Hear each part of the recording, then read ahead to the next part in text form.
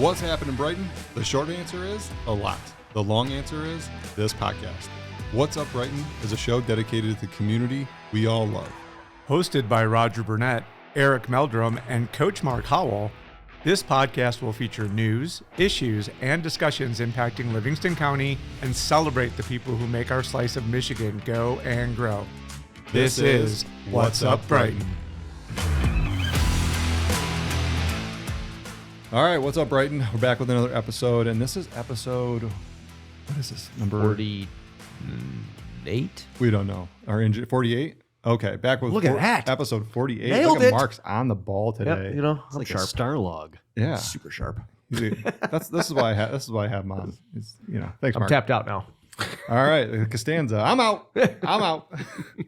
All right, well, we had another awesome guest on today, and I am not going to try to do an introduction for you. I'm going to turn it over to you and let you introduce yourself. Sounds good.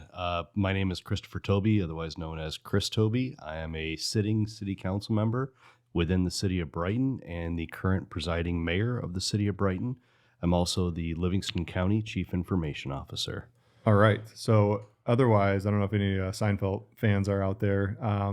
Vandalay Industries is basically on your business card, and that's like the longest, title. Like, hey, who are you? What do you do? And you're like, well, I am CIO, I'm the mayor, and I'm a city council member. Right? Man of many hats. I like to think of myself as like one of the Marvel heroes that like never really made it onto the comic book page. Chief Information Officer by day, city council member and mayor by night. Oh, that's awesome. What would your superhero name be? Oh. Like, if you could pick one for yourself, what would that be? Oh boy, champion of good government. Champion of good government. All right. We're going to have to see if anybody can make a superhero costume for you. Right? Yeah, I don't think that works. The Cape Crusader is out there. Well, man, I'm excited. Thanks for coming on. I know, we've been talking about this for a little bit, and I told Kris we were just gonna keep it because there's so many questions that we've seen from the comments in the group, from things that are going on in the community that we could ask you questions for hours and days and days and days. But I wanted to take the conversation a little bit differently today. Is really get to know like who you are, how you came to be the mayor, and really what does the mayor actually do? Yeah. Like that is the burning question, that I have. Like, and I might be I have no might idea. be naive in this, but I'm sure a lot of other people do. It was like, hey, let's bring some context to the conversation. What does the mayor do? Yeah, so here in the city of Brighton, the mayor is kind of like a chairman of a board. Most people don't realize that a mayor or a government official, for the most part in Livingston County and in Brighton, is actually just a part-time thing. We're part-time elected officials.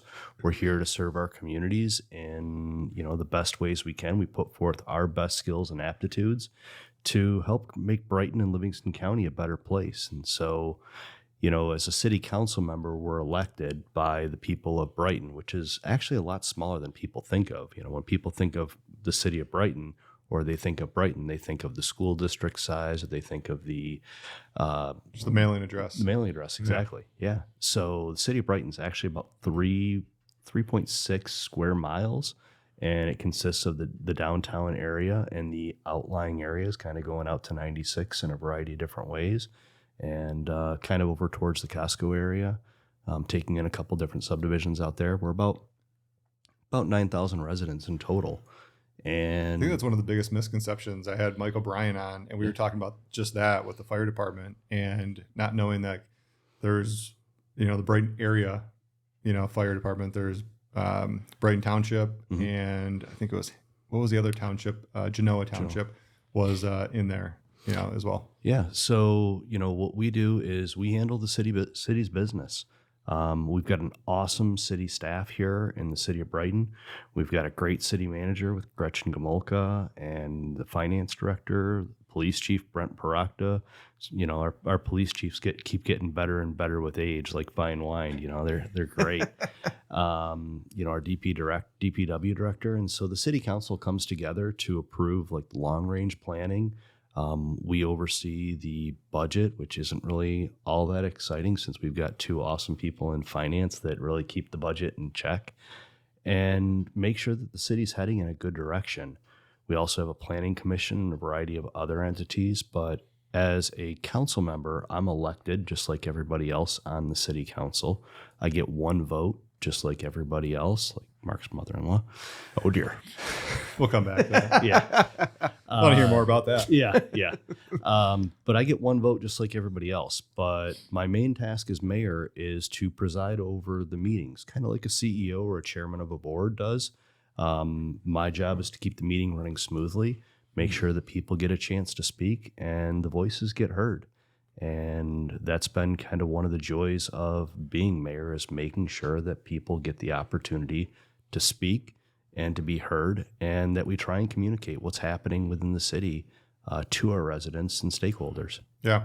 So was mayor like on your radar of something that you were aiming for, or like this was in your goal, or did it just happen like you were on city council and like, hey, I think you would be a good mayor, like, and you kind of got voluntold you would be running for mayor? Yeah, I came to, it wasn't really ever in my cards. It wasn't something that I really wanted to be necessarily, but there's a time and a place that a step up, can happen or needs to happen. And, through a series of misfortunate events or fortunate events, I guess it depends on, how you look at the glass. I ended up in the seat of the mayor as the mayor of our council and of our city, and it's been a great trajectory and a great path. I hope I'm not mayor forever. I hope someone at some point in time steps in and takes over the role. It's a good thing to pass on. Yeah, that's cool. And I think that's one of the things, like, did you know it was part-time? No, I didn't. I know almost nothing about it. Yeah. Truthfully. Yeah, and I think most people don't. That's why I wanted to ask the question. Like, it's one of those things you just assume, every city official has, salary and it's full time. Right. And it's like Glamorous position. It's like, oh yeah. And Right. It's like, get on the high horse and, ride away into the sunset after your government, job. It's like, no, Yeah. not really. Yeah, Right. people think that, these elected officials within the county and the city and the townships, that they're super high paying and, awesome benefit jobs.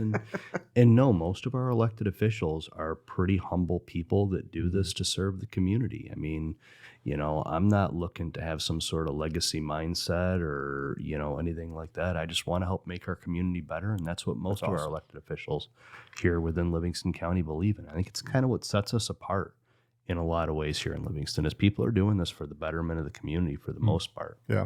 Are there other cities, like Brighton being a small city, that would constitute a part-time mayor? Are there cities out there that have full-time? Not within Livingston County. I mean, Bob Ellis over in Howell, he's part-time. Your township supervisors, your Bill Fountains, Pat Holes, Brian Vicks, those guys are Patrick Michelle. Everybody's part-time.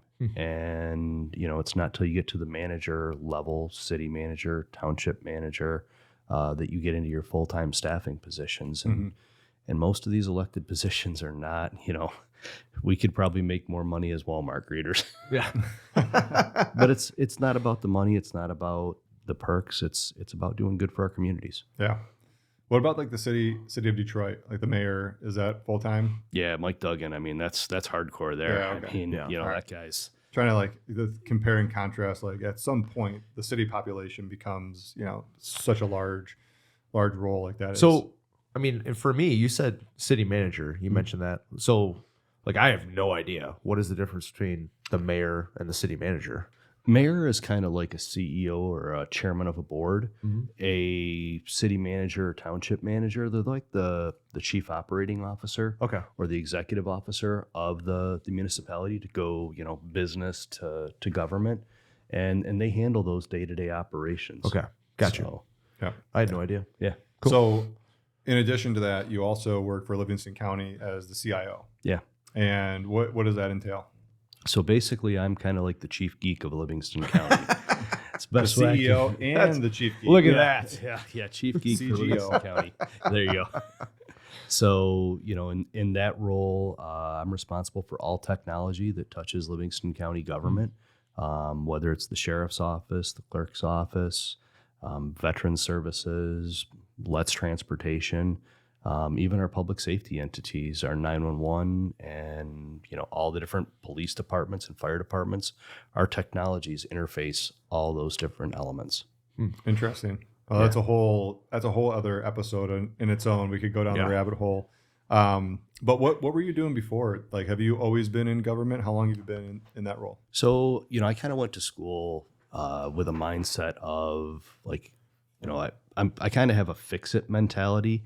I'm blessed. My father, Jim Tobbe, who lives right here in the Brighton community, he was a master mechanic of complex machines. He worked on what everyone takes for granted as high-lows at General Motors. Okay. And a high-low is a pretty complex machine.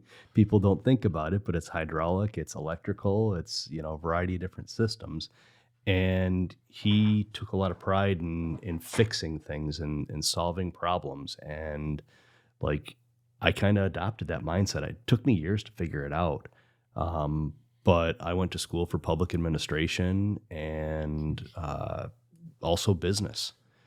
And so I've approached things. Where'd you go to school? I went to Washtenaw Community College, then Eastern, and then master's degree at Walsh. Okay. So, I was the guy that no one thought anyone was going any places. For computer science? No, actually, public administration, minors in parks and recreation. Oh. Yep. So, and then concentrations in business, and then my master's degree is in business management. So I look at things through the eyes and understand things within government. I like to look for efficiencies and understand how business gets things done and what business wants to do to make things happen, but understand that greater realm. And so it's kind of like this hybrid bastard approach to what I do and looking at how we solve things. And I apply that to the table every single day, whether it's in the CIO role or whether it's in the council member and mayoral positions. Like, I'm looking at problems and solving big, complex problems is really what I love to do. That's a skill set that most people like. When you look at a big problem, if you can approach it from the way you do, there's a lot of different solutions there. I've seen, I've worked with a number of computer science people in the past, like programmers and their way of thinking, right, is very linear, right? Yes. There's a math equation behind making the decision. And I saw this meme one time. It was funny, and it was at the water fountain, and it said, are you in the CS department? And if it said, it had this like flow diagram. It said, no, you may drink water. If it said yes, then it said, did you ask, I think the guy's name was like Jim. Did you ask Jim if you can have water? Yes or no? And if it was yes, then you could proceed to drink water. If it was no, it's like, go ask Jim. Yeah. That's kind of what makes me a little bit different, is that like, I don't think about things linearly. It's kind of like I kind of look, it's kind of like crossing a mountain range. You don't pick like the tree to focus on.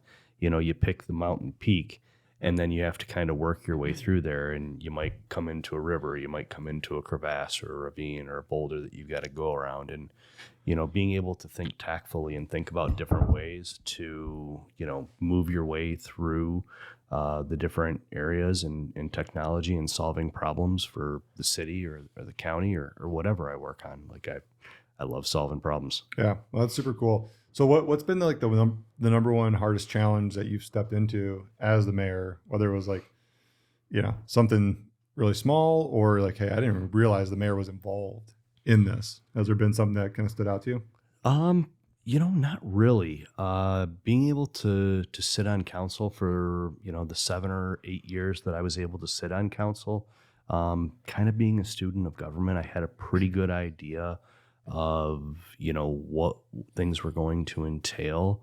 So we've got a great city manager in Gretchen Gomolka. I mean, sometime you guys should have her on to talk about all the great stuff that she's doing at the city.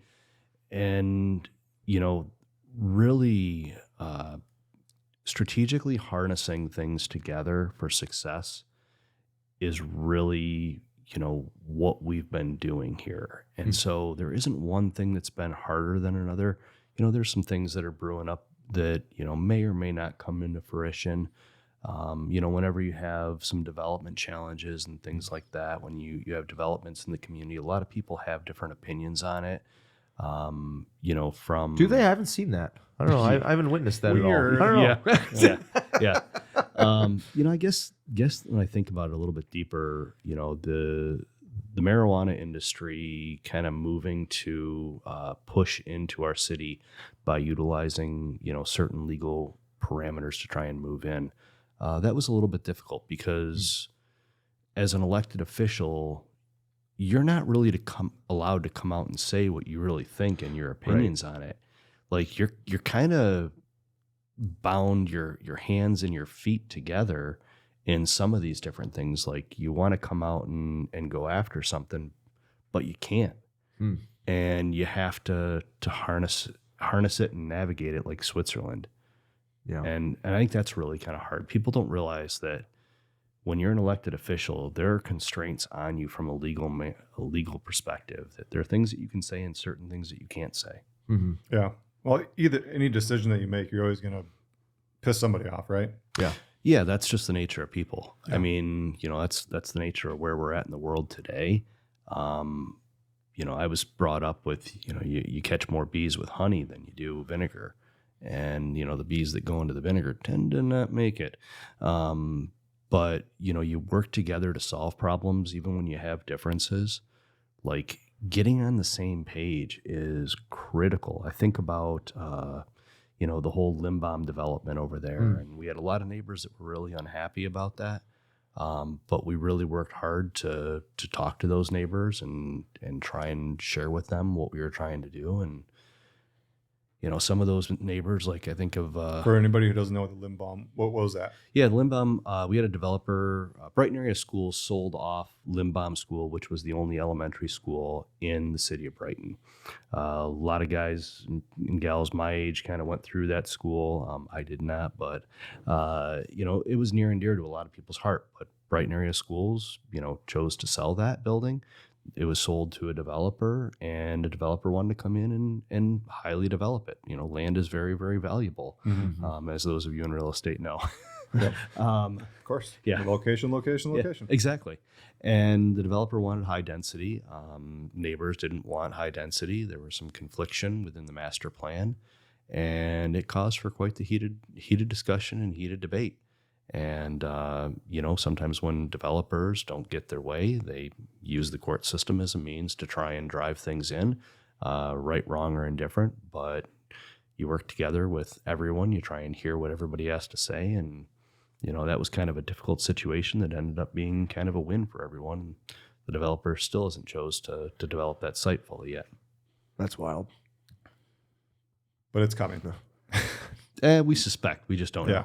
They haven't submitted any new plans or anything like that yet. So it's a nice vacant open lot that's owned by a developer right now, and it's not a dilapidated old school that people are breaking into and causing trouble for the neighborhood. And so I think it's better that it's down now, and the developer took it down in a timely manner, and so we'll see I think what that's where government should get involved. And I from my perspective, just kind of hearing some of the things that you're faced with, and you mentioned okay, I have to act like Switzerland. I can't come in and just flat out say like, I don't want this because it goes against my views or what I believe.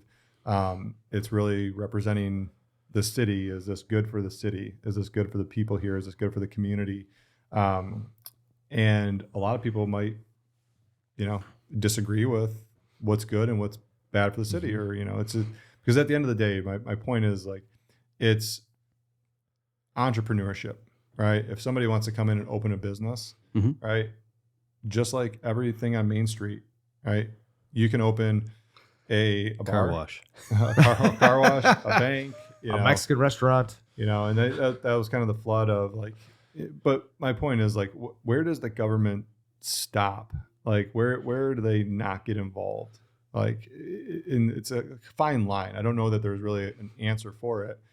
Maybe you do have an answer, so I'd love to hear kind of your thoughts on that. Yeah, I mean, really what we do is we set the table is the best way I can describe it. Like let's say we had this whole table covered with, craft paper. And, we've got crayons, we've got markers, and we say that, hey, you can use markers in this section. You can use crayons over there. Mark can use the paste and the glue over here. Of course, you give me the glue. I don't know why I did that. It just seemed natural. And so we set the table like that. Like, if you're a retail business, you can be over here. If you're, a financial institution, you can be within here. This, restaurants can be over here. We don't dictate like, oh, hey, you want to open a vape shop, well, we don't have it regulated down to that level. You're considered to be a retail operation.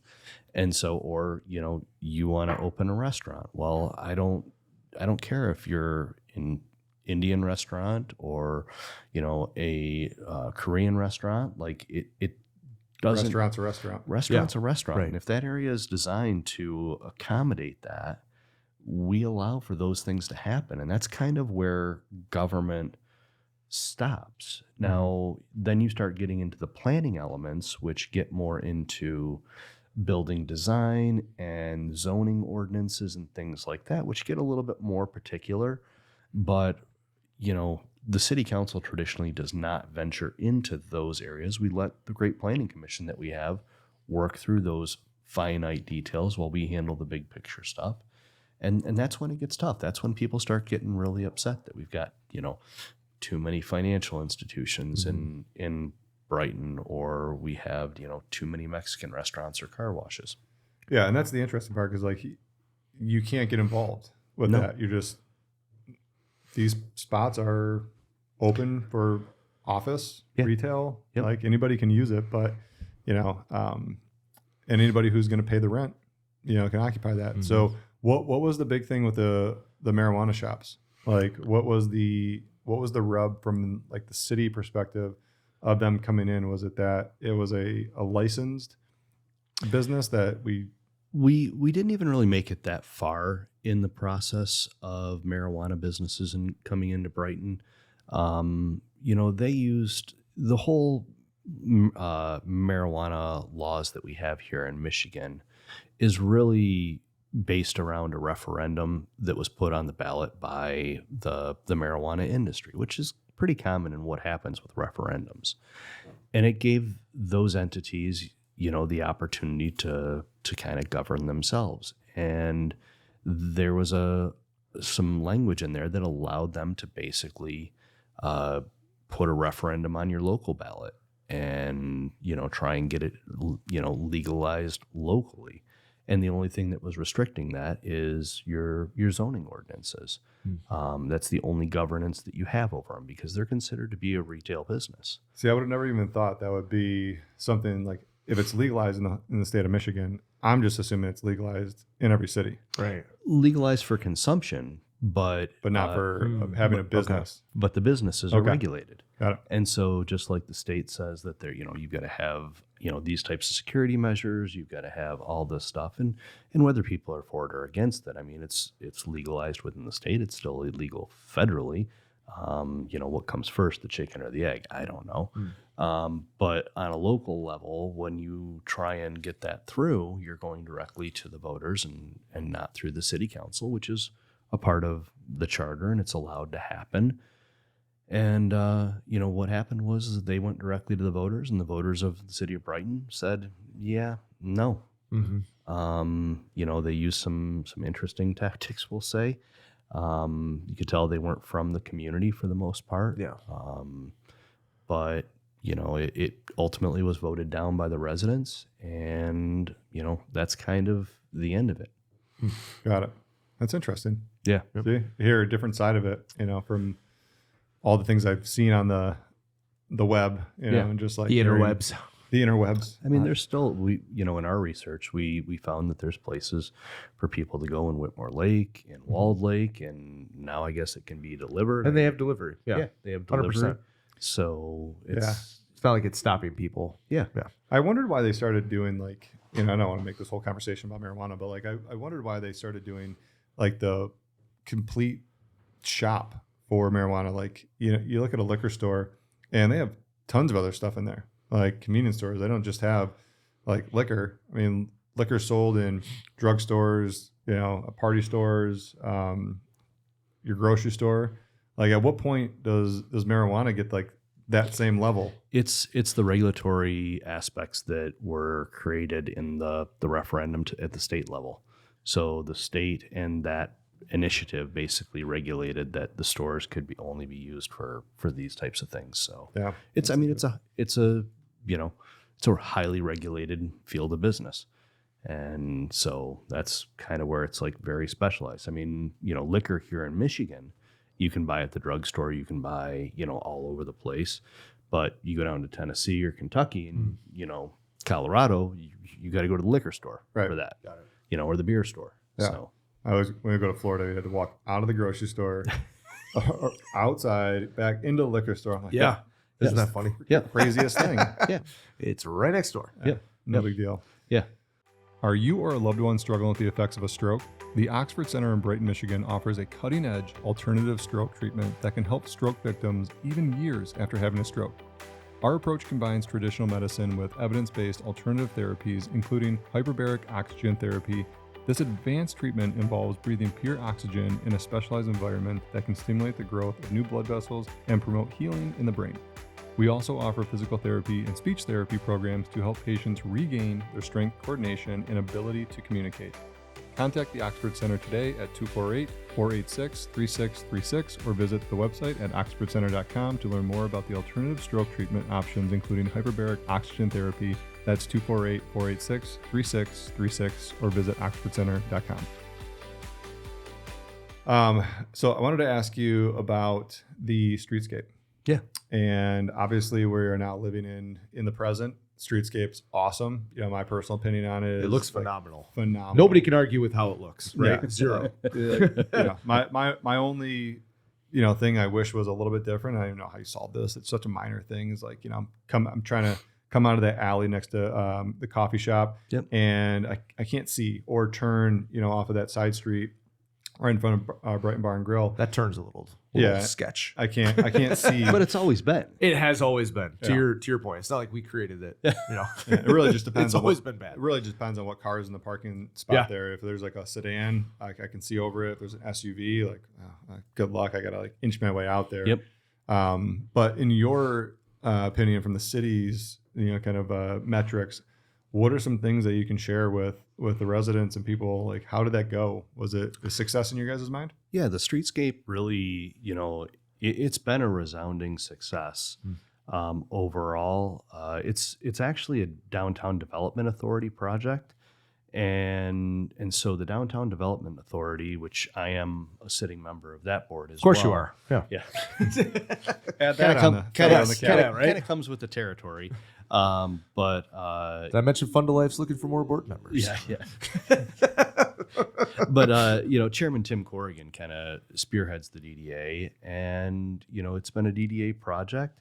A lot of the work was done by the DDA prior to me sitting on there, and it has been a resounding success. I think that the biggest success in my mind that came out of the streetscape was not just the design elements that came out of it, but it was the way in which, in a lot of ways, it brought the merchants together in a way in which I haven't seen in my time here. Yeah, you really didn't expect that, did you? Not really. And I actually can point back, and I've thought about this a lot and pinpointed where that came from. We were sitting in a strategic session, the city council, a couple winters ago. It was just before the project was going to get started. And we were talking about streetscape. And we had Ken Larscheid from Running Lab, Todd Buckley, and Michelle from Grace and Whimsy. Okay. We're all there kind of sitting. And we were kind of talking about streetscape. And I knew that was a big concern of the merchants, because as we were going into that project, I spent a lot of time, as did most of the other council members, talking with the merchants. And, my biggest thing is that, we as city council members are part-time people. This is our part-time job. This is how these people feed their family. It's how they pay their mortgages. Right. Like, this is a really, really important thing to these people, and we need to hear what they have to say. And Brighton has a spirit of innovation that's just kind of built into the DNA of who we are. And I turned to Todd Buckley and Ken Larscheid, and I said, what do you guys think? What do you guys think that this needs to be successful from an operational and construction aspect?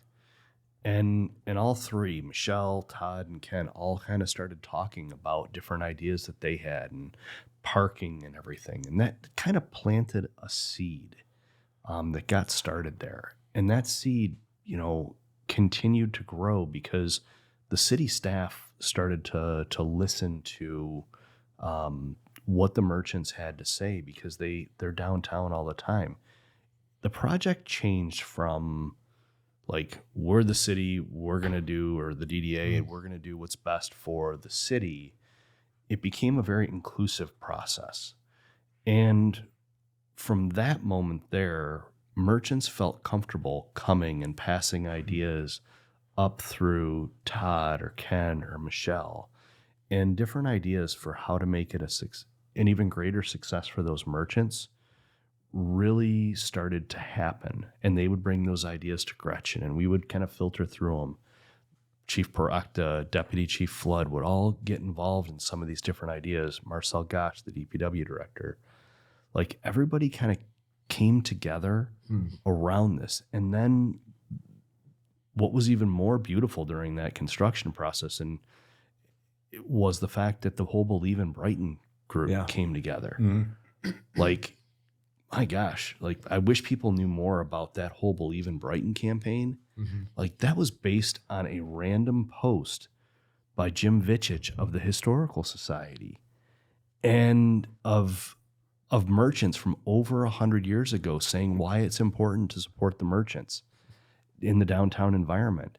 And Ken Larscheid, I mean, my God, he saw that and said, we've got to do something with this. And that group just started going, and Nick Polizzi and Lindsay Polizzi got involved. And Mark, this is what Brighton is. Oh, absolutely. Absolutely. And so this problematic streetscape construction process that the merchants were all really, really upset about became this raging success, because we became very inclusive, and we heard people's ideas, and we listened, and we adapted on all fronts.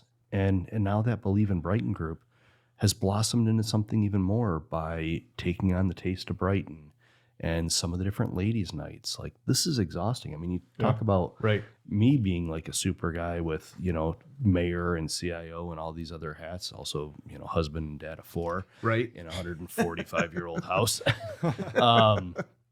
But those people who are downtown merchants, like, they do all this in their spare time too, to make our community that much more fun and great and invitable. And, sure, they're doing this to help business prosper, but it's very, very, wholesome in what these merchants are doing and trying to make the community a better place for everyone. Yeah, I thought that was cool. I mean, they, from my perspective, the Believe in Brighton, story, I've heard it from Ken. We've had Ken on, and the one thing that I always saw out of that was, like, they're just taking it upon themselves to just, like, figure it out. Like, and it was the attitude of, I'm not going to wait around and, like, wait for the city council to really tell me, like, hey, this is what's happening, this is how we're going to do it.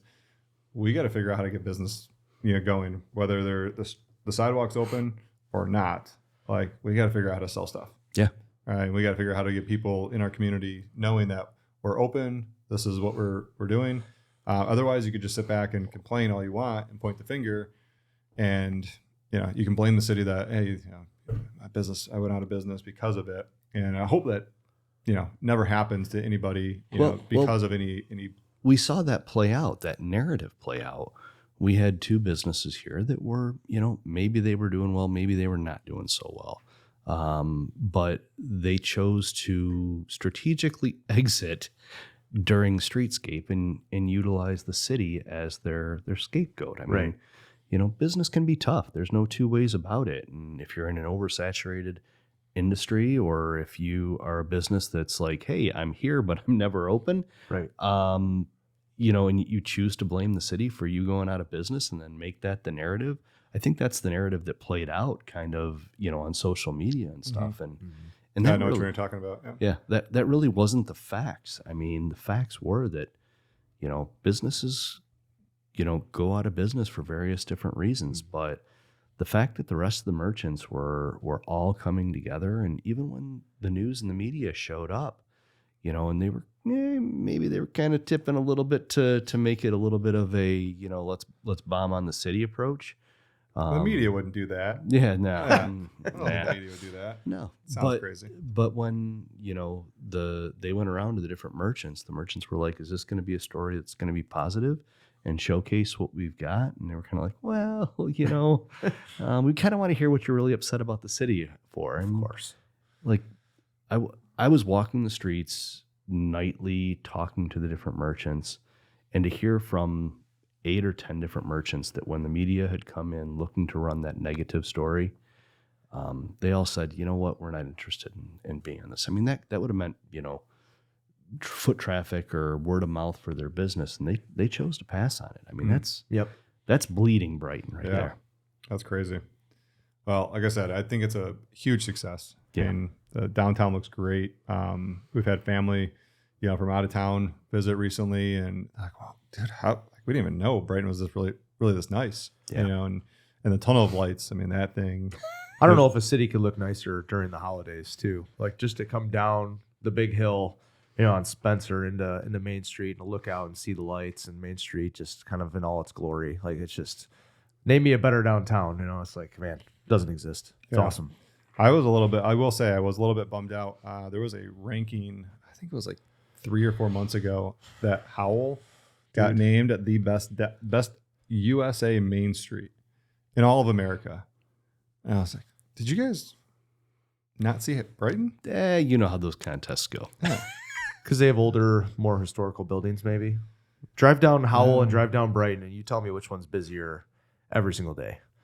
I like to say, even though I live in Howell, it's a pin drop of Brighton, right, Mayor, right there. And I always claim that I live in Brighton. See, I'm not from here originally, and you're not either. Ridiculous. No, right? Fun story. We found out we actually grew up blocks from each other. Oh, yeah. in Look at St. that. Clair Shores. Yep. yeah. And now you're both here. Yeah, both back in Brighton. But I always found it so funny because like I don't know this like big rivalry between Brighton and Howell. I'm just like blown away. I moved here and I still help clients move to the area, and I'm like, is there something I should know? Like, is there something like I should really like kind of warn clients about? I think at this point in time, it's no longer the Hatfields and the McCoys. It's more like, sibling rivalry, back and forth. Yeah, and, that's kinda what I get. Bob Ellis and his team over there in Howell, they do a lot of really great things, and, they deserve some notoriety for what they do. And, some things we just do better, Yep. Absolute, like everything. Okay. Tell us how you really feel, Mark. But it's a great community. I mean, myself, my family, I've got an awesome wife, Courtney, and my 4 daughters. The 4 G's as we call them, love being here in town. We have a Main Street home that we love taking care of, and the whole thing is about being a part of the community. And the older I get, the more I learn to appreciate like what we're creating here is something that's not just for us, but it's very, very generational. And I'm seeing that in more people that come here and, that grew up here and moved away and then came back. It's kind of funny. I'll think deeply about stuff like this. And it's kind of funny. Like, people want to say, well, Brighton's changing. Well, Brighton's been changing since 1866. Yeah. I mean, right? When the Maltby brothers first moved here and opened up the mill, on Oar Creek, Brighton changed. Yeah. And then the railroad came and Brighton changed. And, Brighton's always changing. I mean, we have the blessing of having great water, great parks. We're at the crossroads of I-96 and 23, which sounds so lame to kind of say. Oh, it's you access to highways. Northeast, Yep. south, and Yeah. west. Yep. And so Brighton has become a meeting place, and what we have here brings more people in, and people want to move here. I mean, I don't know what you've seen in growth in your time in real estate here. I mean, you've been here for a while. Mm-hmm. I mean, I was here, and I think I was probably the last generation of remembering kids coming into high school that would come in from 4-H farms and come in around 10 o'clock in the morning to take their classes because they were tending to the animals or whatever. And those days are gone, and Brighton has changed, good, bad, or indifferent. And businesses come and businesses go. People retire, people move in, people move out. It's always changing. It's always evolving.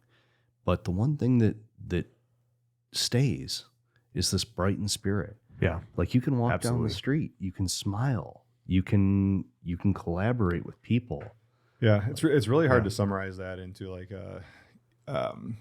if you were to kind of explain what is it about Brighton that is so special. Like, it's one of those things, like, you just tell somebody, you just got to really come and feel it. You got to be here. You got to be on Main Street. You got to, like, just be downtown, be around the people that, Brighton has. Even for me, like, trying to explain this to clients, like, I see it and I ask them, hey, what's bringing you to Brighton?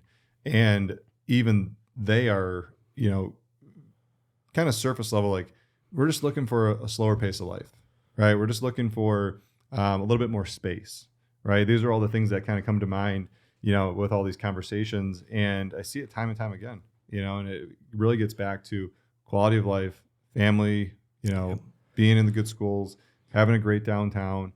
It's not just one thing, Yeah. right? It's all of those things. I mean, if we had the best downtown, but schools aren't really great, it's like, okay, well, that's great. You got a great downtown, but nobody wants to be here. Yeah. Right. Trying to put our finger on, like, if there's any one thing or, multiple things. And there are multiple things, but I think the one thing that's the overwhelming majority of the people that live here genuinely care about lifting each other up. And, like, we genuinely support each other. It's a true community.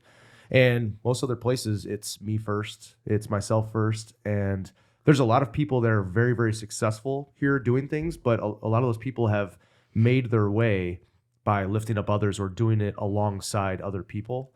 And it's just it's a different level of success when you're doing it together with a group of people and you're making it through and you're making those changes. And the people here just genuinely care. And that's a difference that, as long as there's still generations of people that want to keep coming back here to raise their kids here, and you have that family, like, core, that cultural core of, I want my family to experience the same way I was raised, so we're going to move back to Brighton, or we're going to go back there. That's never going to change. No matter how much they develop it, no matter how many new people come in, they're going to adopt that same way of living that so many people have kind of laid out that example. I can't tell you how many people come back. Like, it's crazy. So many. When I look at all the calls we get, I research this because I do YouTube videos on it, and I started researching, like, what's the main reason people move, like, just to Michigan in general. And then I started going a little bit more specific into, like, city. And the number one reason people move, to Michigan is for job relocation. Number two is we were from here and we're moving here to be closer to family. Yep. Right. You got away in your 20s, went to college somewhere, maybe worked, in corporate America for a little while, maybe you went to the East Coast, West Coast, and now you're to an age where you're starting to have a family, and those values start coming back to you, and you start saying, okay, now what's really important? Do I want to raise my kid in a city like Chicago, or do I want to raise my kid in a city like LA? Or should I go back to my childhood and think of how great it was when we were running around the lakes and running around, having bonfires 100%. at night, and you're like, that's what I want for my kids. Yep. Yeah. It's those two things. You guys both, like, encapsulated it so well. It's that people in this Brighton and Livingston County community, like, for the most part, people aren't really judgmental. It's everybody gets a lift up, and we lift up and we rise up together. And the more we come together as a community of what we are, of people that believe in each other, we're people that still believe in the goodness that presides. And I think that makes us different. And I think the fact that we're raising our kids and we're raising generations with those types of values where they see that success. And like, the kids may have caused heck as teenagers. I mean, what teenager didn't? Right. But somehow we still we instilled that in our our kids. Our parents instilled that in us, and we're instilling that in our kids. And that's really a special part of our DNA here that does bring people here and keeps it moving. I mean, communities don't stand still. They evolve. And whether they evolve in these good kinds of way, like what we're doing here in Livingston County, or whether they devolve into festering bitterness and rivalries and, snippets and, keyboard warriors or whatever, like, let's rise up together. Let's have civil conversations and let's help people be successful. Well, and to that point, it's always the loud minority that makes the waves, while the rest of us are just too busy making a difference to really care. We're not going to take the time to respond to that comment or to stand up for it or against it, because frankly, it's not worth my time. And it's going to do is it's not going to solve anything. So we'll just delete in the it. group today. We'll just delete it. We just deleted a post because it was like, a couple comments and people that just have nothing better to do, and it's like somebody takes a picture of themselves.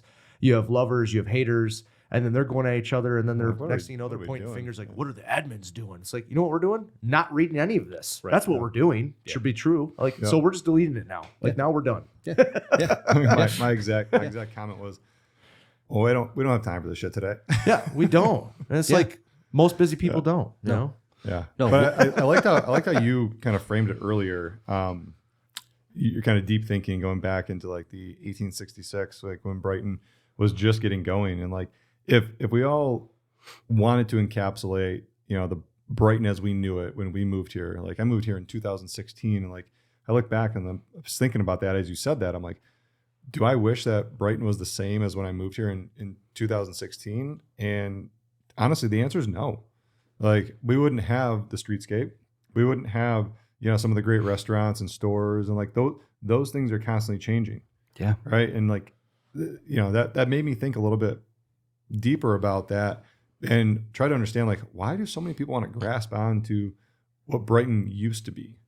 Right. And everybody has their own version of it. And I think that's the really important thing to focus on there is like everybody has their version of it. And I use this kind of analogy with folks that are moving from like the Metro Detroit area out here.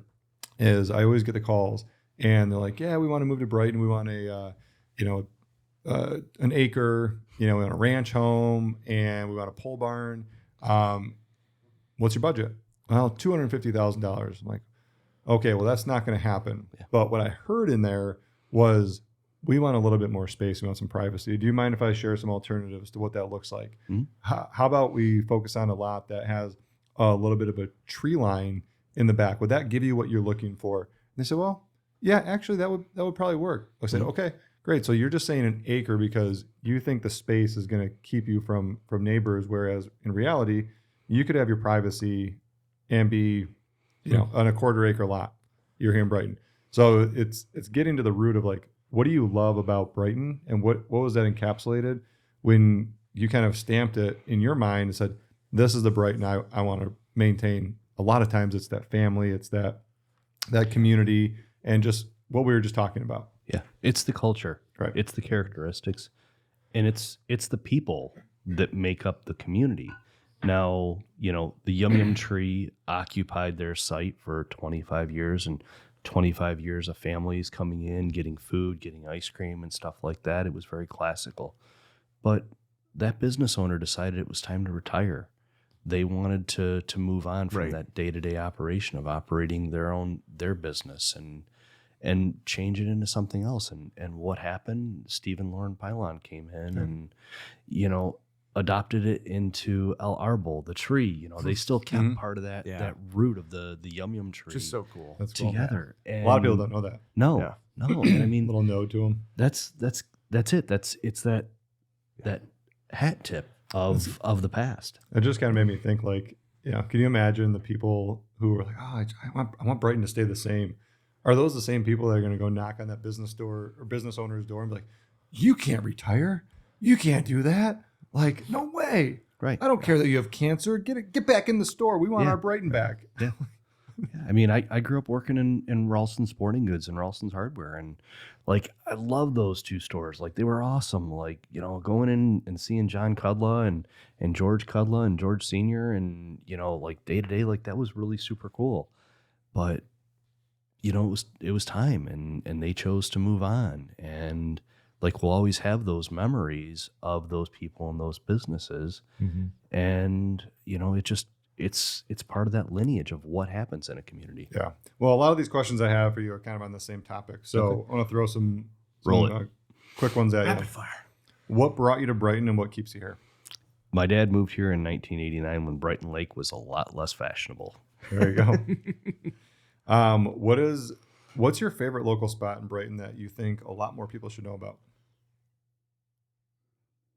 That's a tough one. I don't think I can answer that one. He doesn't want to offend anybody. No, it's just I spread the wealth around, so we kind of migrate all over the place. All right, we'll come back to that. I might rephrase that. What's a memory or experience in Brighton that stands out to you? For me personally, I would have to say like just being uptown with my family. Really, there's so many memories that are made for my family directly that involve the downtown. Just too many. Because I mean, I've been here since '89, which, you know, I guess I'm kind of a long-term person now. So there's so many. I guess, you know, growing up Brighton Lake, they had to take the dam out and rebuild the dam.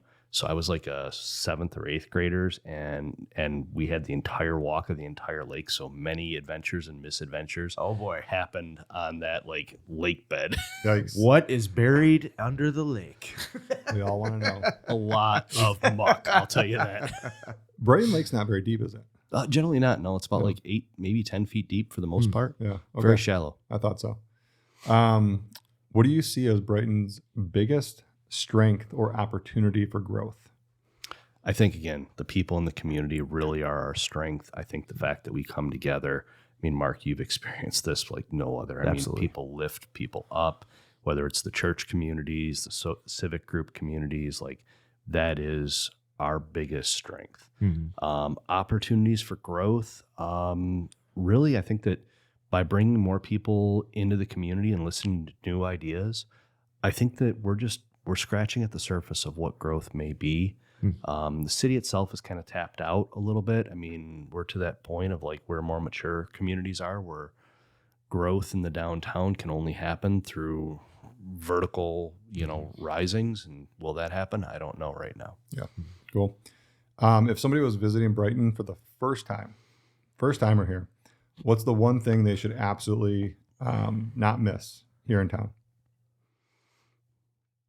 Just the look of Main Street, really. I was fortunate to interface with some campaign groups that came through, big campaigns, and they came down here and looked at it. And once they found out that I was a council member and mayor, they just couldn't stop talking. I mean, these were people that have been in communities all over the nation. That's awesome. And just come in and see our downtown. That's cool. Yeah, the perspective, they just absolutely loved it.